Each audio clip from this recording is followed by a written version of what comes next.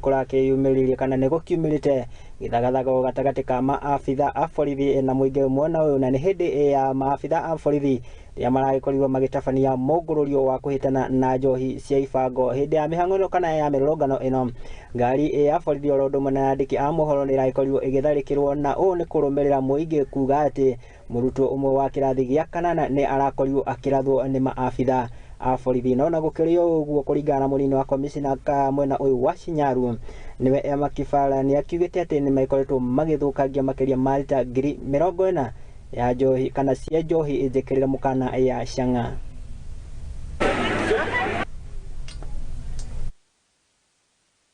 Ile kitu nitasema, nitawaomba kwa saa hii hiyo mambo ya utengenezaji wa pombe haramu uishe, sababu hatutalala.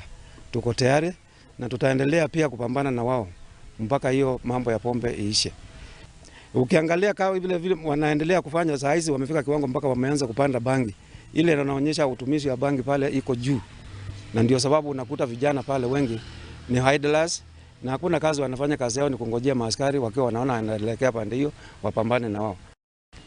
Kusema kweli, hakuna kisa tayari imeripotiwa ya mwanafunzi ambaye ameumia, na isipokuwa kama atajitokezea baadaye kusema kama aliumiza, basi tutaweza kuchunguza kwa makini, sababu ile majeraha ambayo ile wenzetu wako nayo ni wale wamepatikana na mawe. Hatujapata yeyote aliyepatikana na jeraha ya silaha ya bunduki, ya kwamba ule ambaye amehusika kwa kurusha mawe, kuharibu gari ya ofisa wa media ama kuharibu gari ya serikali, tutamchukulia hatua. Sisi tunasema serikali tumekupa heshima yenyu kabisa. Mnakuja kwa hii poma, tumemwachia poma kila kitu. Mbona mnachukua pikipiki yenye iko na kila kitu mnaweka kwa gari? Wametembea, wamekuja kwa manyumba zetu, wamesearch mambo na pombe, lakini kitu yenye inatushangaza hapa kwa hii poma kuna watoto wa shule. Leo hao maaskari hata wamepata mtoto kwa nyumba, wamempika huyo mtoto makofi, wamemshukia atoke nje, na akiendelea kulia watamuumiza.